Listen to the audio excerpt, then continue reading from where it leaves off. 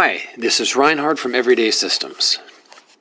Last year, in 2022, I almost managed to achieve my goal of getting out an episode a month, 10 episodes total. More than I'd managed in a single year since 2007. And I almost made it to 11, but I wound up biting off a little more than I could chew in December.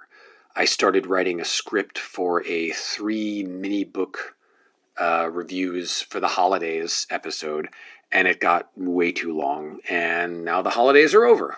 I'll probably use the material for future episodes at some point, but I need to take a break from it. If you're curious what the books are, they are The Simple Six by Clive Dobbins, Dopamine Nation by Anna Lembke, and The Courage to be Disliked by Ichiro Kishimi and Fumitake Koga. One for body, one for spirits, one for soul. Normally, for the last 2 years at least, I've done a State of the Systems episode in January, reviewing how the everyday systems are working for me personally, and if anything has changed about how I practice or think about them. Last year, my review was so thorough that it took me 3 episodes to get through it. This year, beyond being a month late already, I'm thinking I'd like to redirect some of that energy toward putting together an Everyday Systems compendium ebook, something I've been dreaming about doing for years and never quite gotten around to, though I have made plenty of false starts. Or, if not a comprehensive compendium, at least some kind of Everyday Systems book, even if it's just a little single system manifesto or pamphlet to break the ice. I think doing the almost monthly podcast has given me the creative discipline to finally seriously dare to reattempt something in that direction, and a lot of raw material to draw from. We'll see. I know that writing a book is no small undertaking. When I got the original No-S Diet book to my editor 2 months early, she said, "I have never worked with an author who submitted their manuscript early." I told her, "I have one kid, a 3-year-old daughter, and another due in a month. Extrapolating from the impact my first kid had on my life, I'm assuming I'm never going to have time to work on a book again. You gave me a deadline, but my second daughter, she's the real deadline." And I was right, even more so after our third child was born. It's been 15 years, and I never wrote a book again. But I'm hoping that I've finally grown strong enough in habit and accustomed to working with the tiniest scraps of time that are available to me these days for creative work, that I have some prayer of a chance of pulling something off, however humble. But since, even thus heavily qualified, it's far from a sure thing, and even best case scenario likely to take some time, I will give you something today in this podcast, if not a complete review, at least some highlights, and some thoughts about how I'm going to direct my Everyday Systems energies this year. I'll use my usual body, soul, spirits organizational scheme, and meta, of course, systems for tracking and supporting other systems.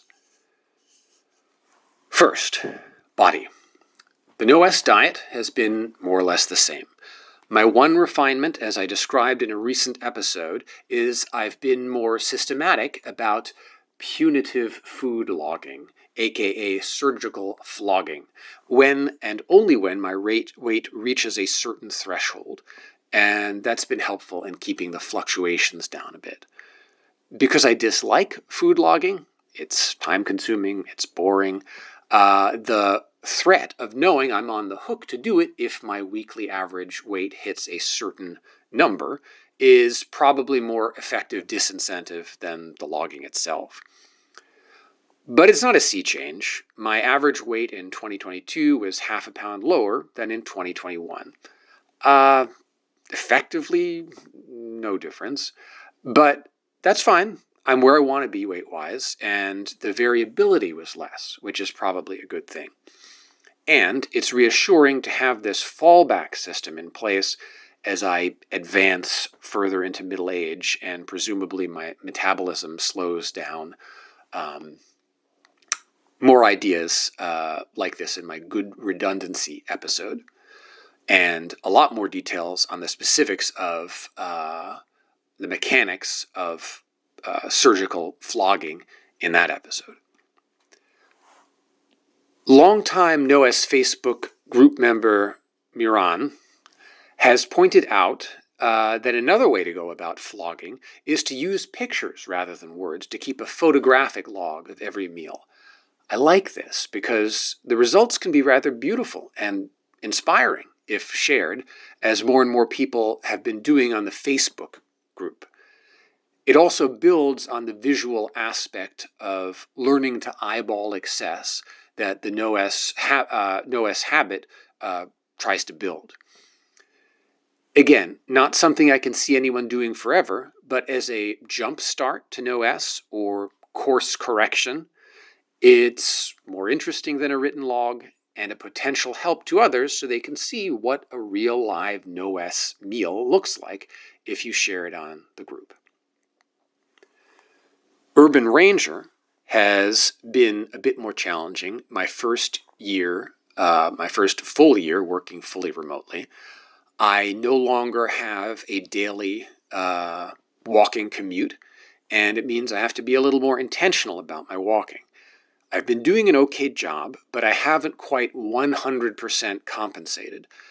So I'm down to a little under 12,000 average daily steps in 2022 from a little under 13,000 in 2021, so about 7% down. It's still a good amount of steps, but I definitely don't want it to decline further, and I'd like to find ways to make walking more automatic and habitual again, to build it back into my daily routine somehow so I don't even have to think about it. It's while urban rangering that I get most of my other everyday systems inspirations, so it's critical for the future of everyday systems as a whole that I get this system turned around. Shovel glove has been the most challenging of my body systems this year. Although my golfer's elbow has gotten much better since October 2021, when I first noticed it, I'm still wary of triggering it. And though I was making good progress in terms of gradually reintroducing shovel glove, I had another setback 2 months ago in November when I fell while I was on one of my early morning mini runs in the dark and injured my ribs. This required me to ease off shovel glove yet again for a surprisingly long time. I don't think I broke anything, but it continued to be sensitive for well over a month. My only consolation this time is that I can blame running for this injury, that most dangerous of exercises, and someone else's invention, and that my own beloved brainchild, shovel glove, is clear from suspicion. Though let the world take note, the official explanation for my uppy arm is still those 5 air conditioners I carried down to the basement one weekend, not shovel glove. So at the moment, I'm still doing shovel glove just 3 days a week versus the 5 I used to do. 2 sets of the routines of 7 versus 1 14-rep set of each movement, and with at most a 16-pound hammer versus my 20-pounder. On Tuesdays and Thursdays, I do body weight exercises during my shovel glove time. Push-ups, squats, usually holding a sledgehammer for stability and some extra weight. A tiny, tentative, but increasingly slowly increasing number of pull-ups. Dumbbell shadow boxing, interspersed with capering around the room or in place in a rather ridiculous manner until I hit 2,000 steps on my Fitbit. I call this alternation between shovel glove and the body weight exercise days, or whatever you want to call it, crop rotation, to stick with shovel glove's agrarian manual labor theme. It's been hard, this period of reduced shovel glove. I miss it. I feel embarrassed that I'm having these problems. But I also feel good about how I've responded to them. I've been flexibly persistent, keeping the habit going, the time structure in the mornings, backing off and gently easing back in, experimenting with temporary and maybe not so temporary alternatives on non-shovel glove days. And I know from having seen my parents decline, as irritating as this is life. And this is just the tip of the iceberg. And that for the next half of my life, bouncing back, sometimes only partially, from physical injuries and setbacks is going to be the exercise challenge. And that it's possible and necessary to find a measure of satisfaction and even excitement in meeting this challenge. I keep thinking of that image of the VC cat, C.S. Lewis's image of the neurotic who earns, or deserves to earn, the Victoria Cross, the highest distinction for bravery, for overcoming his fear of cats and picking one up for some good reason.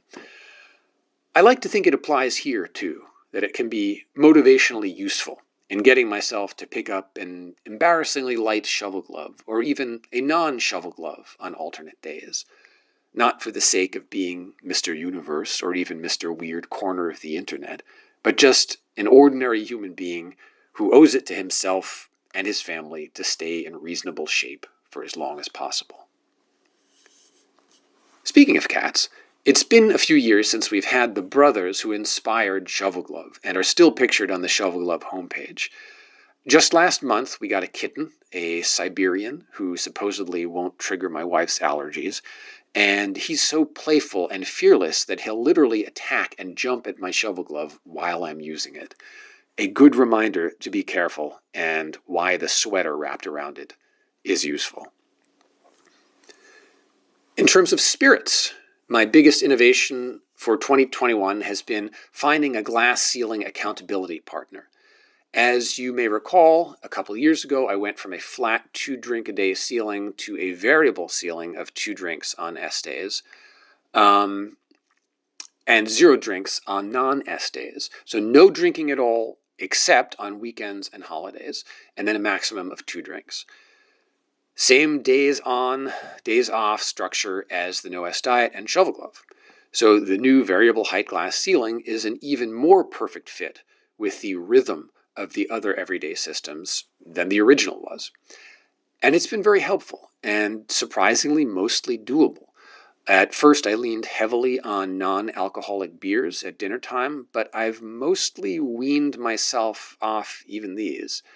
But my compliance was not 100% perfect.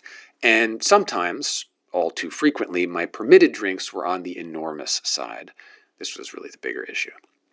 So I was inspired by AA's Step 5 to find an accountability partner to check in with every week and mutually fess up any infractions or stretchers. And it's been great. We've both been drinking less. According to my life log, I was down 17% in terms of total alcohol consumption in 2022 versus 2021. We've selflessly been helping each other out with our selfish little problems, and as a bonus, we've deepened our friendship.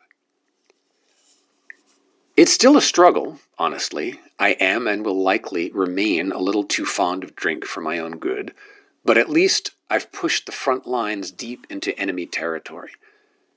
When I do slip up, the enemy may temporarily gain back a few yards on me, but the consequences are much less severe, unnoticeable by anyone but my hyper-vigilant self and my new accountability partner.